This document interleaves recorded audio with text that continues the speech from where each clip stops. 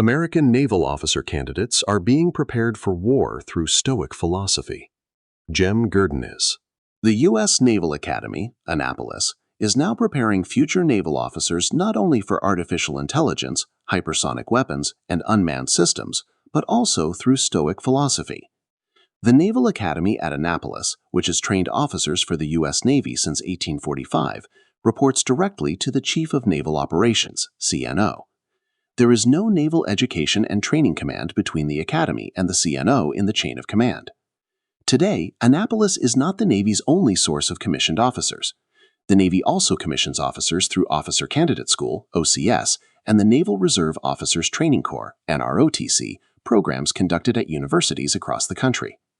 The U.S. Navy brings approximately 2,500 to 3,000 new officers into its ranks each year, around 1,100 of whom are Annapolis graduates. Although the Academy numerically supplies only about one-third of the Navy's annual officer requirement, the overwhelming majority of the Navy's strategic leaders, fleet commanders, and candidates for Chief of Naval Operations are produced by Annapolis. Indeed, in American naval culture, Annapolis graduates are known as ring knockers.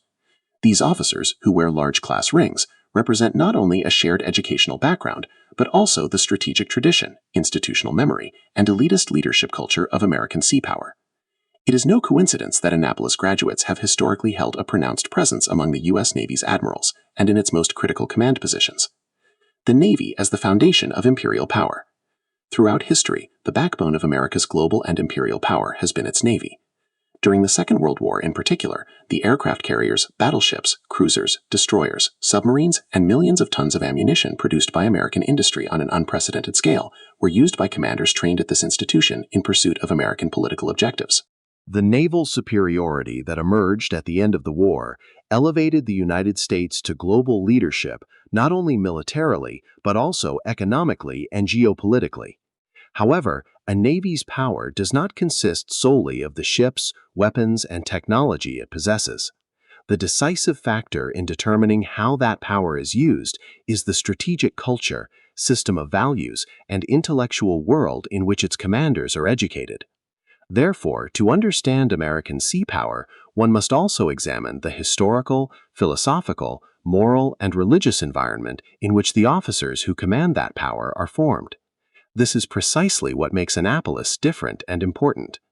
Annapolis is not merely a military academy, it is a reflection of the American state, society, and strategic culture. For this reason, to understand the education provided there and the mental world of its officers, one must first assess the political and social environment in which the academy exists. In particular, the place of religion in American public life and its influence on politics constitute an important part of this cultural background. Religion and its place in U.S. politics.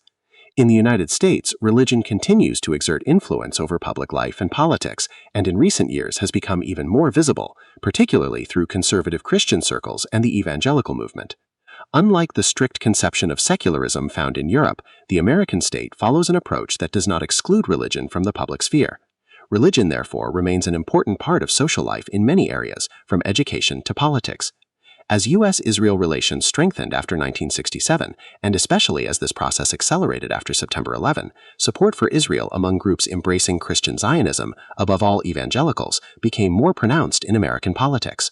Particularly influential within the Republican Party, this perspective regards Israel's security not only as a strategic matter, but also as a religious one. In recent years, sermons and religiously themed motivational activities conducted by chaplains serving in some military units during periods of Israel-Iran tension have also been cited as reflections of this tendency. Traces of this approach can also be seen at the U.S. Naval Academy in Annapolis. The campus has 9 worship and spiritual support centers serving different faith groups.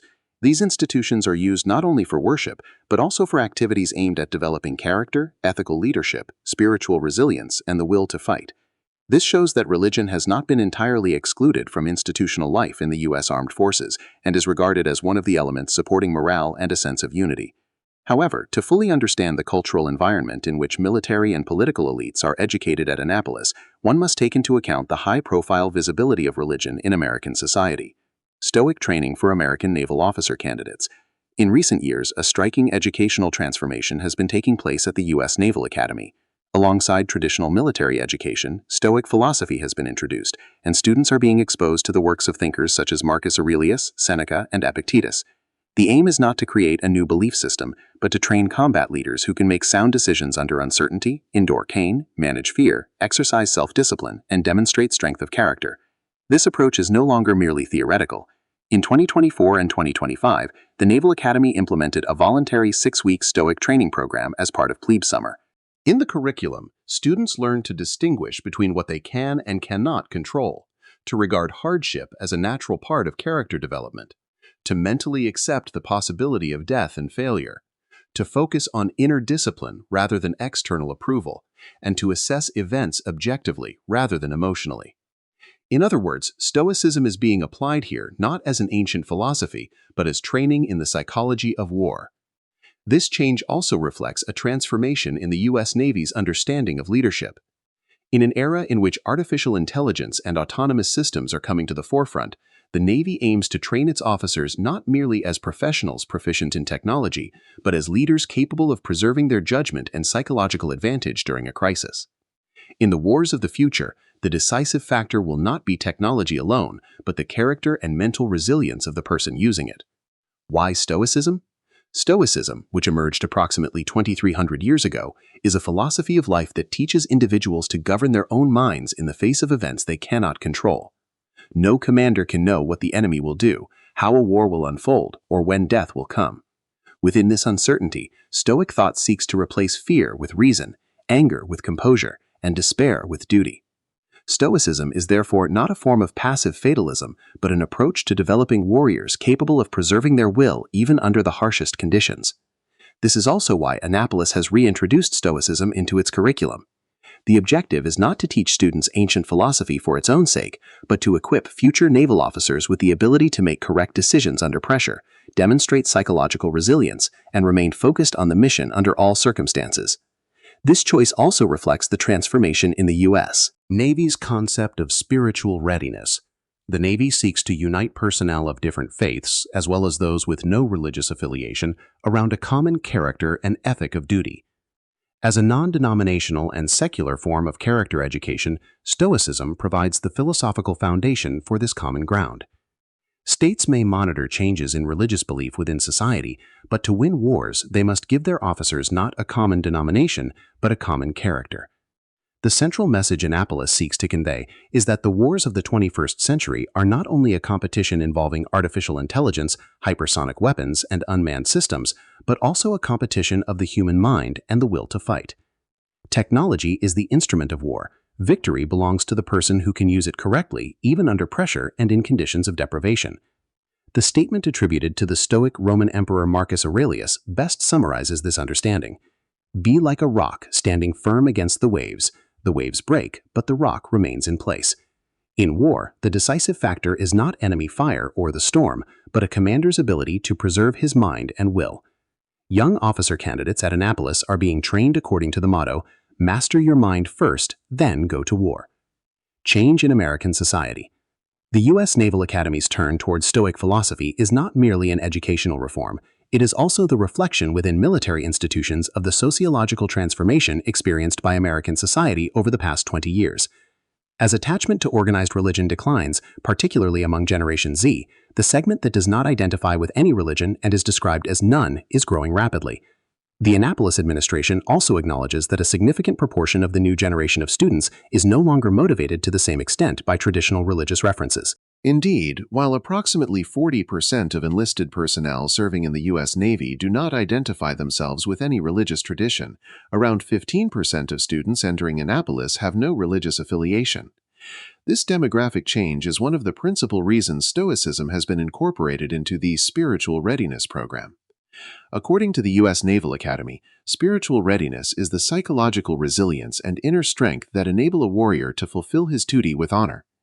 Today, the Navy is not seeking to strengthen a particular denomination, but to instill a shared character, ethic of duty, and will to fight in personnel of different faiths or with no religious affiliation.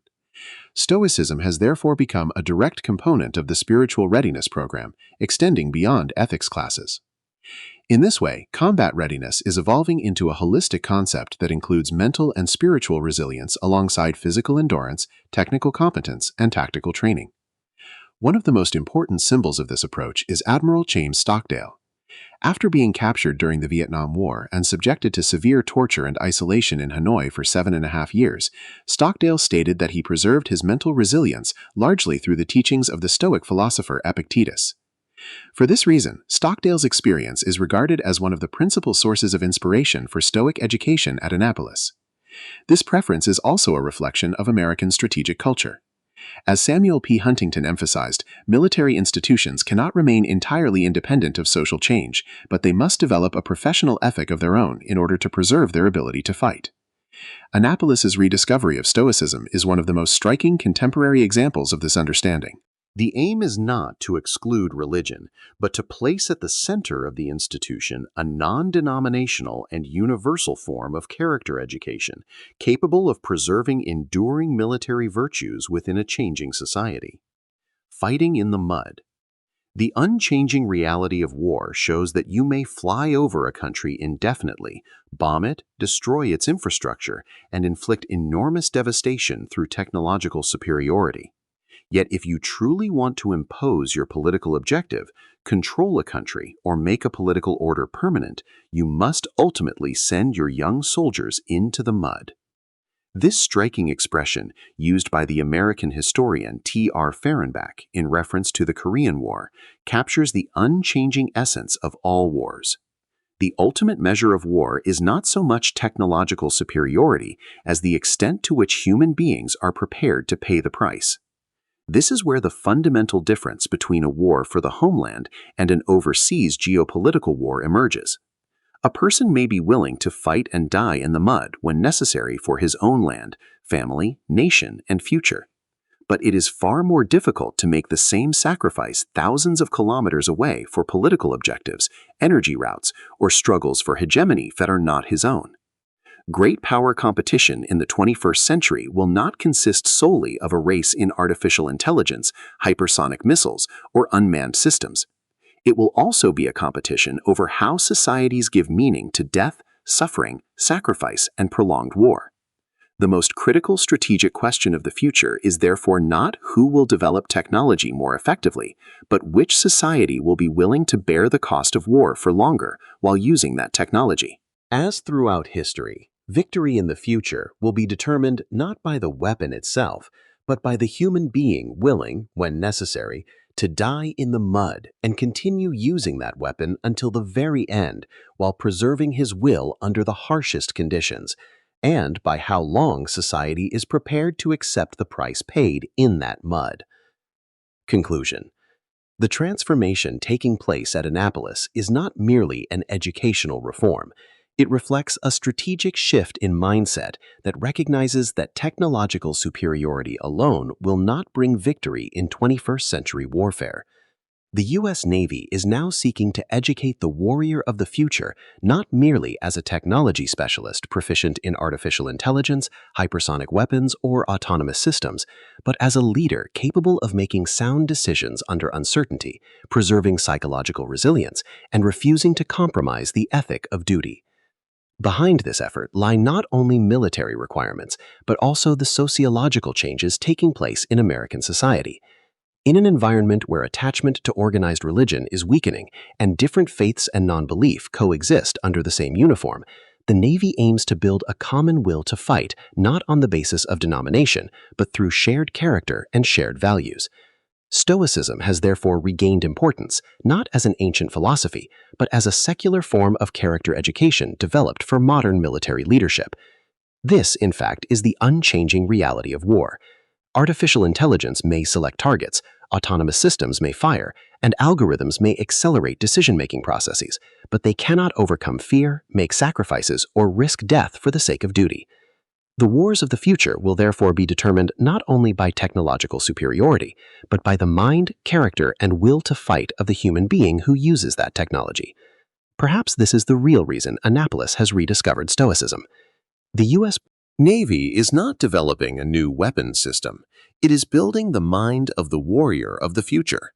History has repeatedly shown that victory belongs not to those who possess the most advanced weapons, but to those who can preserve their will under the harshest conditions.